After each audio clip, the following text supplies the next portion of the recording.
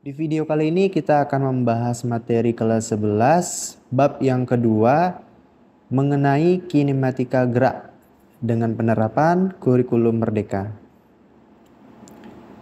Adapun tujuan pembelajaran kita, yang pertama mengidentifikasi gerak dalam satu dimensi dengan kecepatan konstan dan percepatan konstan.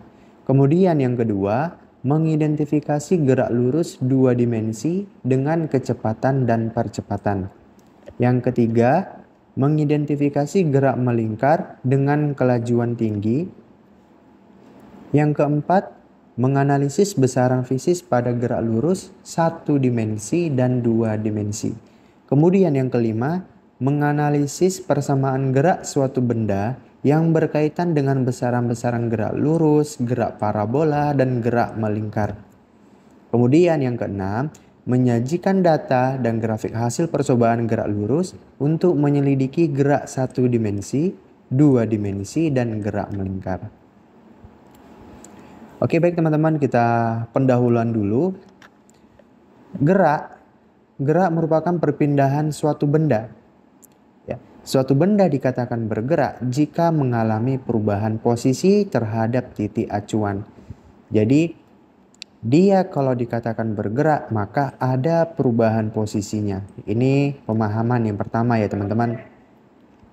Kemudian, jenis gerak dikelompokkan berdasarkan dari bentuk lintasannya, kemudian acuan pengamatannya, dan sifat kecepatannya. Salah satu cabang ilmu fisika yang mempelajari tentang gerak benda yaitu statika, kinematika, dan dinamika. Tetapi dalam pembahasan kali ini kita akan lebih fokus membahas mengenai kinematika. Oke teman-teman, langsung kita mulai. Apa itu pengertian kinematika? Kinematika merupakan ilmu yang mempelajari gerakan suatu benda tanpa meninjau penyebabnya. Jadi kenapa benda itu bisa bergerak? Kita tidak meninjaunya teman-teman. Kita hanya membahas pergerakannya saja. Kemudian nanti di bab ketiga baru kita membahas kenapa benda itu dapat bergerak. Oke. Sebuah benda dikatakan bergerak terhadap benda lain jika posisinya berubah menurut waktu. Sebaliknya, jika sebuah benda dikatakan diam terhadap benda lain jika posisinya tidak berubah terhadap waktu. Misalnya gini. Misalnya gini teman-teman. Di sini kita lihat ada kereta api sedang melaju, kemudian orang yang di pinggir stasiun melihat orang yang berada di dalam kereta api itu dia diam, tidak bergerak, tetapi orang yang berada di dalam kereta api itu bergerak terhadap kereta. Ya, ini contoh simulasinya terhadap titik acuan. Kemudian teman-teman, jenis gerak berdasarkan bentuk lintasannya ada 3. Gerak lurus, gerak melingkar, dan gerak parabola. Ya, di sini juga sudah kita buat simulasinya. Kalau bendanya bergerak pada lintasan lurus, ya, berarti ini merupakan gerak lurus. Kemudian pada gerak melingkar, di sini kita melihat roda atau bannya ini berputar secara melingkar, ya. Jadi gerakannya melingkar teman-teman. Jadi kita bukan fokus pada orang bersepeda kemudian bergerak secara lurus, tapi kita fokus pada kenapa roda itu dia bergeraknya melingkar, ya. Nanti akan kita bahas lebih dalam pada materi berikutnya. Kemudian gerak parabola, ya. Di sini kita simulasikan secara sederhana di dalam kehidupan sehari-hari yang kita lihat ada seorang anak menendang dan membentuk suatu gerak parabola, ya. Jadi ini masih bisa dipahami oleh teman-teman semua karena di sini kita mencontohkannya secara sederhana dan dilihat di dalam kehidupan sehari-hari. Oke teman-teman, kita masuk ke jarak dan perpindahan. Oke. Jarak merupakan panjang lintasan yang ditempuh oleh suatu benda. Oke. Jarak merupakan besaran skalar karena hanya memiliki nilai saja. Oke, di sini saya membuat simbol dari jarak itu adalah X. Karena ada di beberapa literatur simbol jarak ada yang huruf S ya. Tapi ini tidak menjadi acuan kita teman-teman. Simbol itu hanya menunjukkan suatu besaran ya. S sama X sama-sama menyatakan jarak ya, tergantung dari teman-teman bagaimana cara memahaminya. Di sini saya memisalkan bahwa simbol dari jarak adalah X.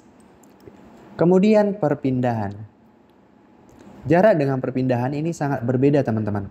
Perpindahan merupakan perubahan posisi ya, perubahan posisi suatu benda. Misalnya secara sederhana kita buat, ada seorang anak berjalan ke arah timur ya, sejauh 1 kilometer.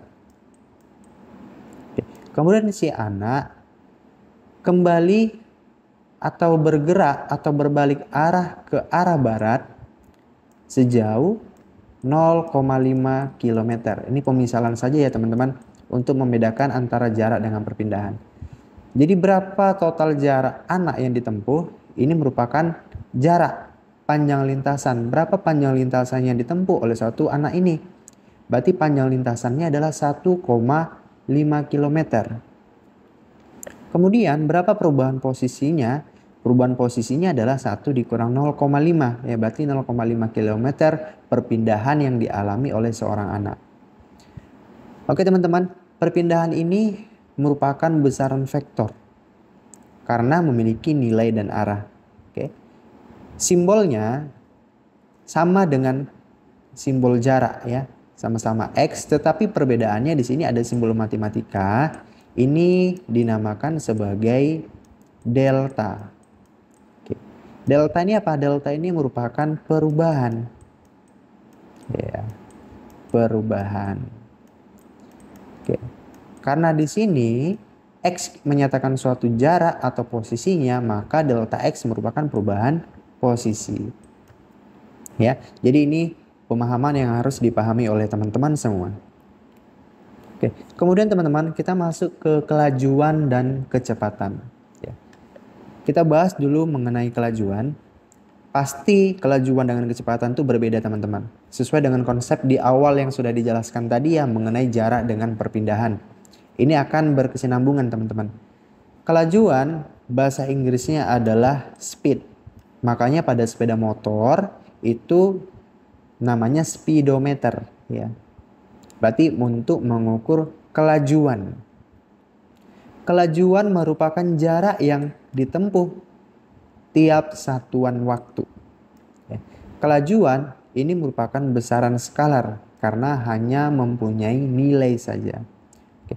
Persamaannya bagaimana? Persamaannya adalah V sama dengan X per T. Ya. Simbol dari kelajuan V teman-teman ya. X adalah jarak dan T adalah waktu. Kemudian bagaimana dengan kecepatan ya? Kecepatan ini bahasa Inggrisnya adalah velocity. Ya, simbolnya sesuai dengan bahasa Inggrisnya ya. Kita ambil dari huruf depannya V ya. Simbol dari kecepatan V. Tetapi simbol kelajuan dengan kecepatan itu sama teman-teman, sama-sama V. Tetapi kecepatan ini menyatakan suatu besar perpindahan tiap satuan waktu. Berarti di sini sudah dapat konsepnya ya teman-teman, bahwa kelajuan X-nya ini menyatakan suatu jarak. Sedangkan pada kecepatan delta X-nya menyatakan perpindahan. Ya, makanya tadi dijelaskan perbedaan antara jarak dengan perpindahan ya. Dan perpindahan ini biasanya mengalami perubahan posisi. Perubahan posisi itu dalam simbol matematika namanya adalah delta. Karena kita menyatakan jarak dalam bentuk X, oleh karena itu rumusnya adalah V sama dengan delta X per T. Oke, ini harus dipahami oleh teman-teman semua. Kemudian kita masuk ke kelajuan dan kecepatan rata-rata. Kelajuan rata-rata ini merupakan jarak total yang ditempuh dibagi dengan selang waktu. Jadi sebenarnya kelajuan dengan kecepatan tadi yang sudah kita bahas itu sama konsepnya teman-teman. Tapi di sini kita membahas rata-ratanya ya, rata-rata. Rumusnya, ketika kita ingin menggunakan rata-rata pada kelajuan, kita menggunakan simbol sigma. Teman-teman tidak asing dengan simbol matematika ini, sigma. Berarti sigma ini dia menyatakan penjumlahan yang lebih dari satu. Ya, artinya nanti di sini jaraknya lebih dari satu, teman-teman. Maka akan dijumlahkan, ya. Sama juga dengan waktunya. Tetapi untuk kecepatan rata-rata, karena ini kita membahas mengenai perpindahan atau perubahan posisi, maka kita menggunakan simbol dari matematika yaitu delta, delta X. Berarti ada perubahan posisi, teman-teman. Dari posisi akhir, ya yang ini akhir, dikurangi dengan awalnya, ya.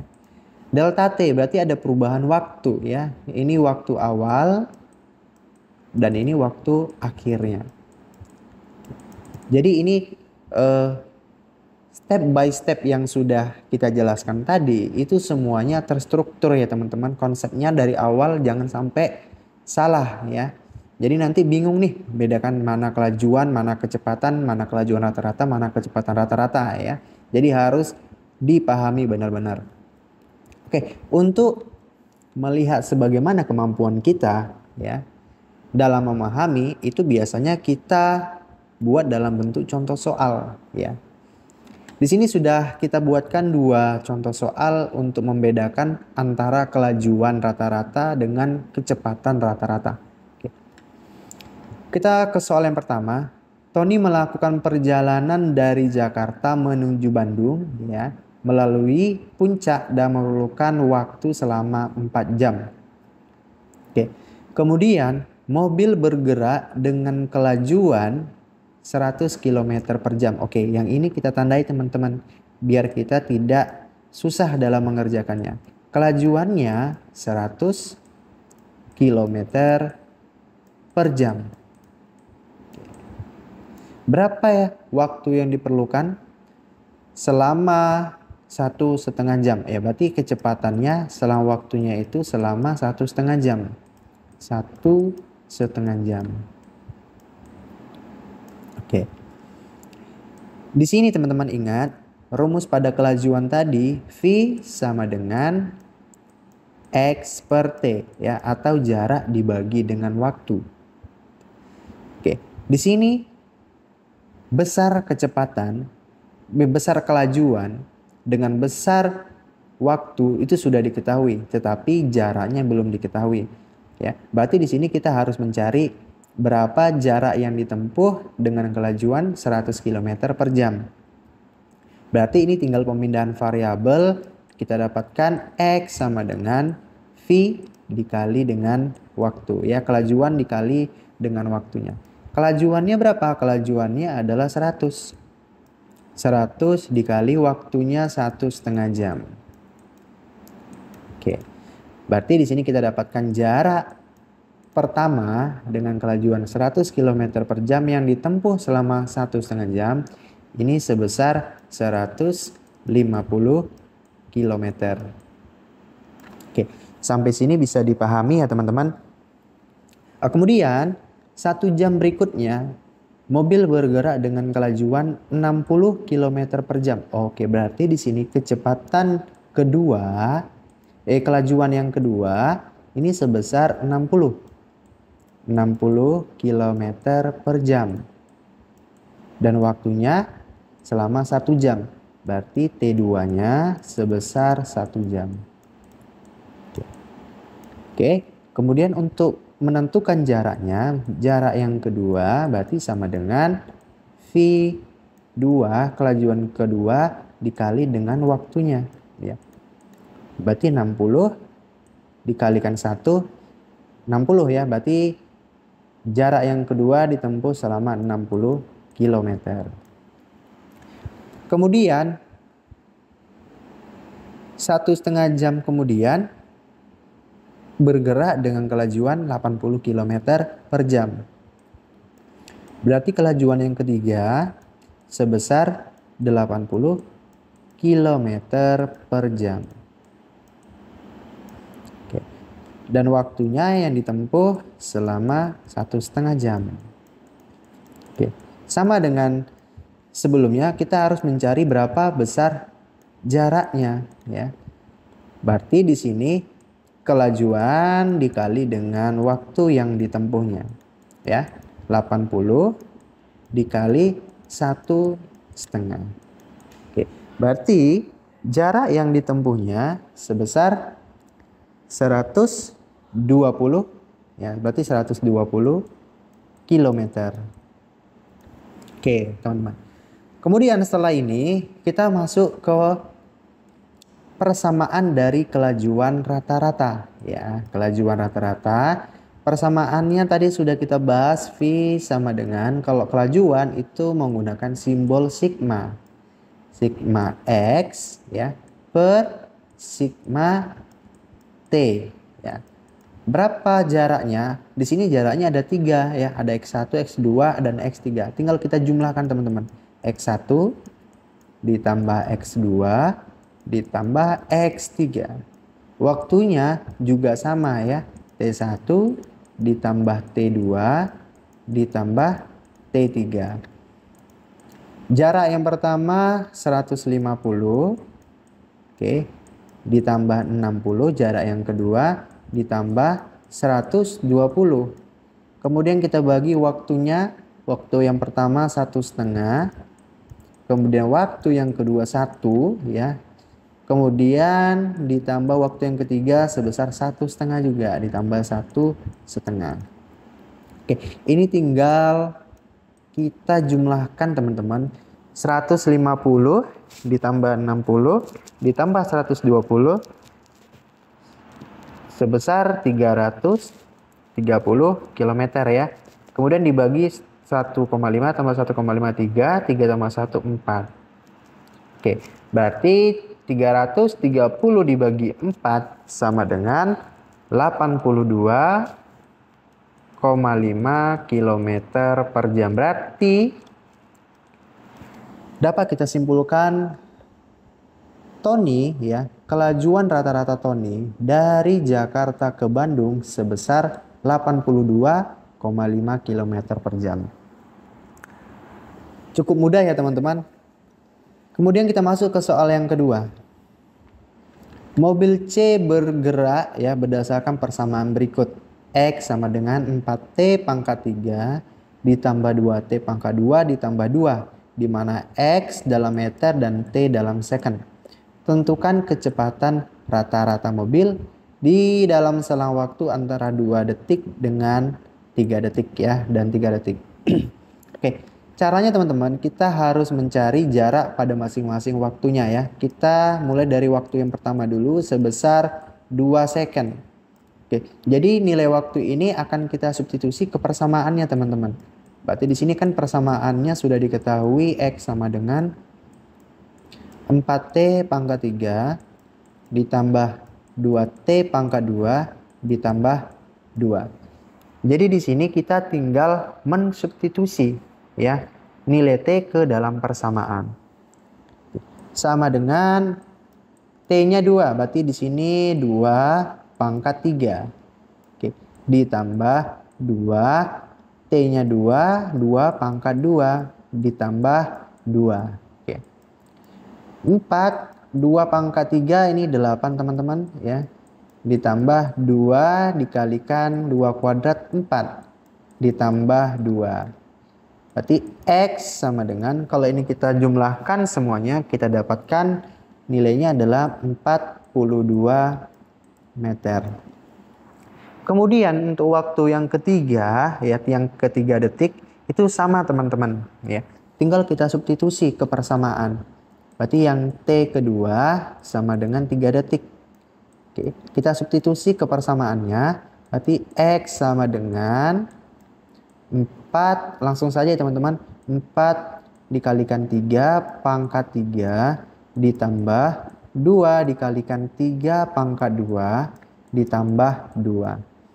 Sama dengan 4 dikali 3 pangkat 3 ini 27 ya teman-teman. Ditambah 2, 3 kuadrat 9 ditambah 2. Oke, kalau ini kita selesaikan, kita dapatkan nilainya 128 meter. Oke, kemudian untuk mencari kecepatan rata-rata, berarti kalau kita membahas kecepatan, berarti kan perpindahan teman-teman ya, sesuai dengan konsep kita tadi, perpindahan. Oke, kalau perpindahan bagaimana? Berarti ada perubahan jarak atau perubahan posisi. Oleh karena itu, rumus kita untuk menentukan kecepatan rata-rata adalah delta X per delta T. Oke, jarak akhir dikurangi jarak awal ya, kemudian dibagi dengan waktu akhir dikurangi dengan waktu awalnya. Oke, jarak akhirnya adalah 128, jarak awalnya 42 dibagi waktu akhirnya 3, T awalnya 2, 3 dikurang 2. Oke, sehingga kita dapatkan kecepatan rata-ratanya sebesar 86 meter per second. Jadi ini teman-teman penjelasan mengenai perbedaan antara kelajuan rata-rata dengan kecepatan rata-rata dan penggunaannya di dalam soal.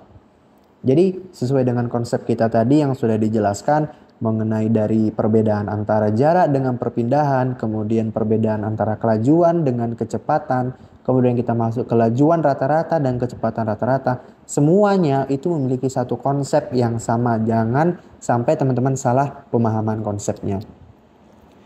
Baik teman-teman, mungkin pembahasan video kita nanti akan dibagi menjadi beberapa bagian atau part ya. Ini part yang pertama. Oke, nanti akan kita bahas lagi mengenai materi tentang kinematika di part yang selanjutnya. Oke, terima kasih. Assalamualaikum warahmatullahi wabarakatuh.